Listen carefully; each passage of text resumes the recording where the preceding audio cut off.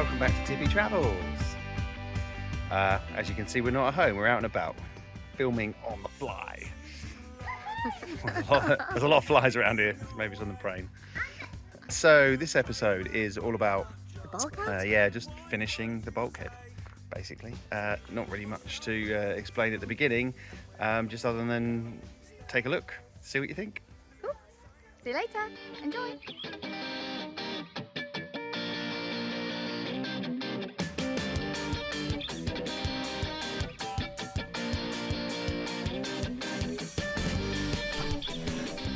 One insulated bulkhead. I'm not going to lie, it's been a real faff. And I'm obviously not finished it yet, but where you can see the grey stuff, that's the car carpet from the inside of the cab. And then, you know, shortly I'm going to be cutting that and actually making a door in that shape that's going to fold down. But I needed the insulation in, and obviously all the tape to make sure it's sealed. And yeah, so there's a little bit of messing around down in this bottom corner over here, which you can see. Just need to get a bit of insulation in there and work out how I'm going to do the boarding and how it's going to turn into the window with the actual panelling. This is all going to be ply, which will be routed to make look like tongue and groove. I've opted for doing the tongue and groove vertical rather than horizontal. No other reason than just preferred aesthetics. So yeah, this is where we're at. I've almost done with the insulation completely, just a little bit of messing around down here because I'm going to get a fan mounted into these little gullies, and the same for down there. Underneath that there's these little triangular holey things, and I'm going to get a fan mounted in there as well, and that'll be our fan for the composting toilet, and the fan this side will be to help ventilate the fridge.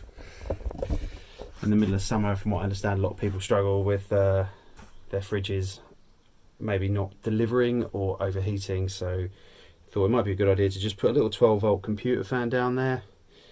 In summer, just turn it on, just make sure that there's plenty of airflow going around, and yeah, seems to make sense to me. Okay, so just a little experiment just in there. You can just about see there's a little thermometer, and I put it in there just to see what the difference is between the cab and the rear.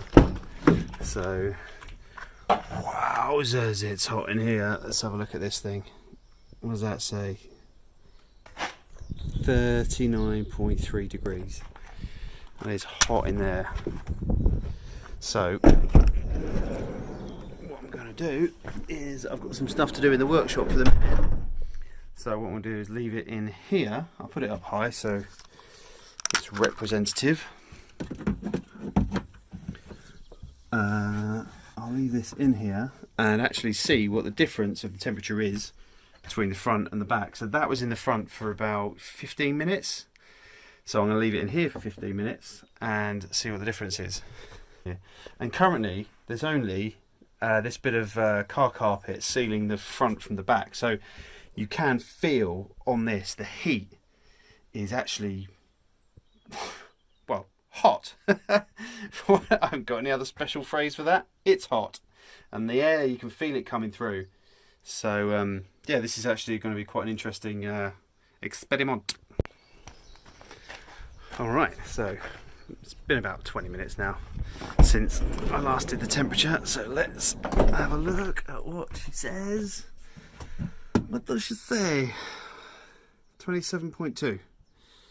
27.2. So that is a huge difference, and that's without this insulated section here either. So just the fact that the cab heats up that much more has, for summertime at least, justified it to me that we definitely need this insulated bulkhead. And then when you invert that into winter, I think that we're going to save ourselves a lot of trouble with condensation and mouldy type crap that comes with having damp surfaces, warm moist air and freezing temperatures.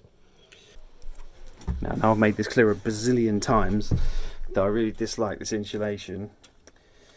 but from all my years of doing it, let me just show you a little trick for using the tape.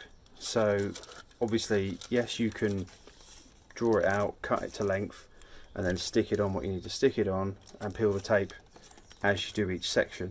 Or if you want it off the roll, which is a little quicker, what you essentially do is peel back the first section like that, and then with your other hand that you're holding the tape with, the roll with, you keep hold over the excess.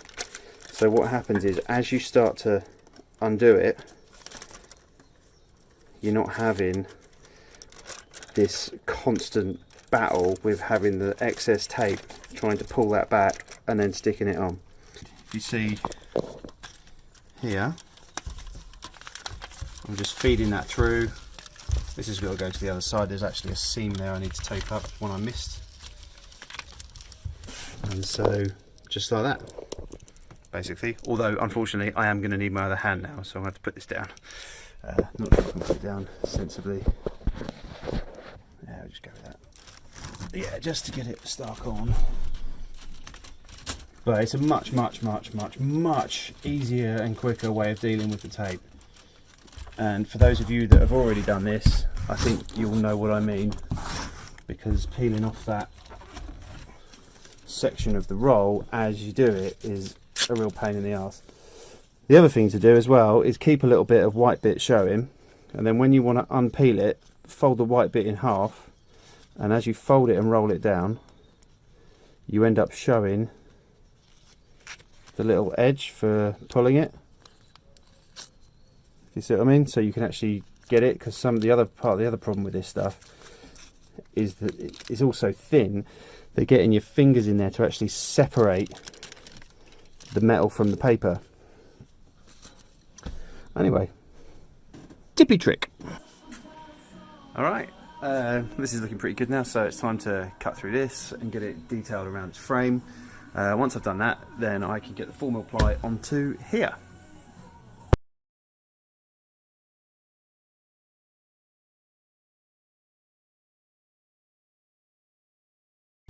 So before I can get this main panel on, that's going to run all the way up to the window, I need to put these edges on here, and cut a long story short, I need these to sit slightly recessed so that this panel can sit over the top, which makes it easier to trim, so that I can get the trimmer and get it right onto there and run all the way up and over the top and down, and that gives me a really nice finish on these corners. So I'm just going to run some strips off and then mark it all out and cut it all and stick it on. She's so young, she don't know what it means, and I really want to leave, just do this job right. With all of this cash, we have no quality of life, and I see and feel weight bearing down on us. 7 rockheads are kicking up fuss, and I need to breathe some air. It's so dark, sitting here waiting. There on top, and she's catching my eye in the dark. I can't hear what she's saying. I know she knows, she's feeling the same way she feels. She knows, thinking about her ideas, and now she's losing years. Alright, where I'm at now is this panel. So this panel's going on. As you can see, I've got my top one on there. So this panel, when it goes on, fits nice and flush. And that's going to come into here and actually scribe around all of this. Now, from the time-lapse video, you'll see I've been playing with a piece of cardboard, and that is to make a scribe for that entire side. When I say a scribe, a template for that side. So the best thing to do is make a template out of some cardboard, and generally speaking, if you're doing a van, you've got loads of cardboard hanging around. So yeah, just get a piece of cardboard to get that shape cut out. It's Friday, I'm tired, I want a beer, but I've got to keep going. I've really got to keep going. I'm so desperate to use the van. So desperate to use the van. I just want to use it. And a couple of my mates have said things like, oh, you know, just chuck a mattress in the back, but that's not what it's all about. You know, I want it nice, I want it good. So, yeah, we'll just keep battling on, I suppose. Stay tuned. Wondering why I pick at my thigh. Staggering past, she looks So using a little V-shaped router blade, I'm just marking into the ply some little grooves so that my ply looks like a tongue of groove.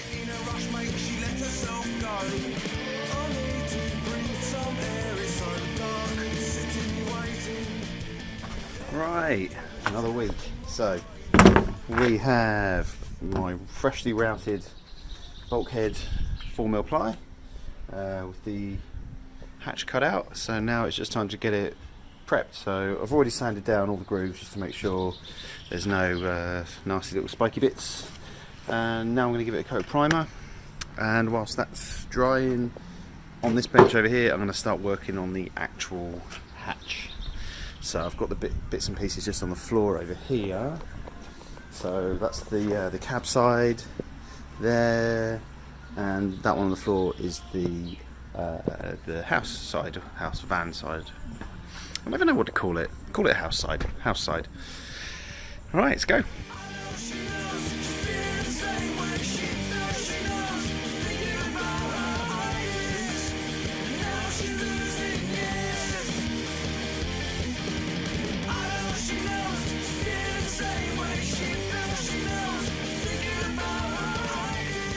So this section that I'm making here is actually the cab stroke house divider.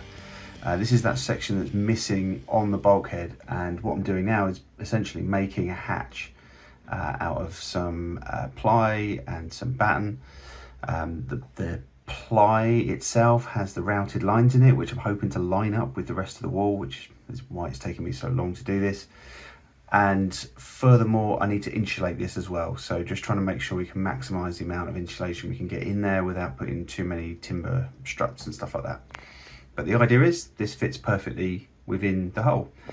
This bit's getting done now, but I'm going to put this to bed for the time being and then come back and revisit this when I complete this hatch later.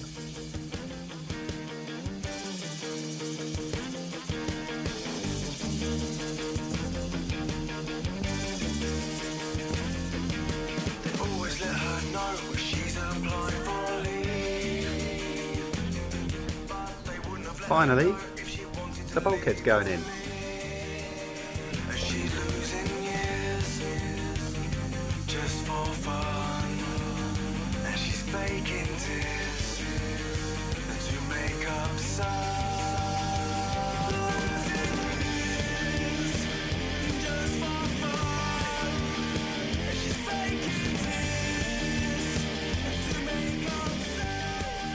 Alrighty, so today I'm going to just trim this to make it all nice. As you can see, there's a bit of an overhang on this, but the reason being is I'm going to use my trimmer with the little bearing end, and that will just run down here and make that nice.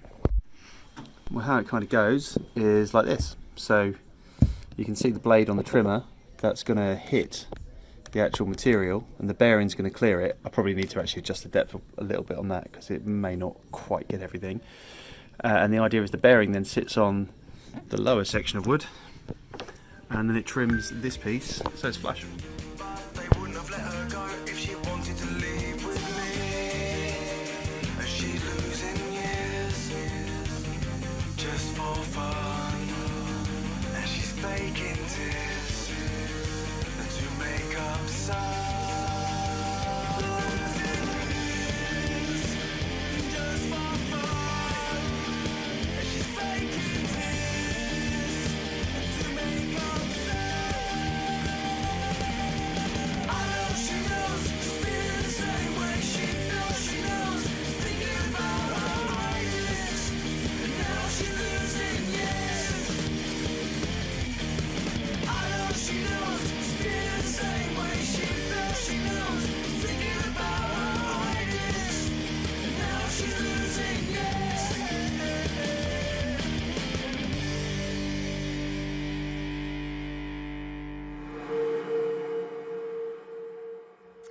Hello, I hope you enjoyed that video. Yeah, as usual I didn't film the final piece, but I did take a picture of it, which you can see. The bendy ply itself was really useful, and all we then did was just screwed it onto the backing thing that we'd already made, so it kind of had a nice bit of curvature. Obviously you can see there's a little bit more work to do, but actually it's just decorating now. And the little hatch that goes in and out, we decided against having it flappy down. We've now done it in a way that it's going to be in and out removable. Slots in and out. There's a bit more to see on that at another time. We hope you're enjoying the videos. Obviously we're doing it very piecemeal. Every little episode is one piece of the puzzle, and there's going to be a million of these, so I hope it's useful for you guys, and like and subscribe. yes, like and subscribe If you still like us. and if you don't, just unsubscribe. It's fine, it's not a problem. It's just yeah. And what have we got coming up next? I don't know. It's the ceiling. Doing our ceiling boarding, which is ply, and then some battens and all that kind of stuff. So if you want to have a look at that, that'll be the next video coming up. Cool. Anyway, till next time. See you later. Bye. Cheerio.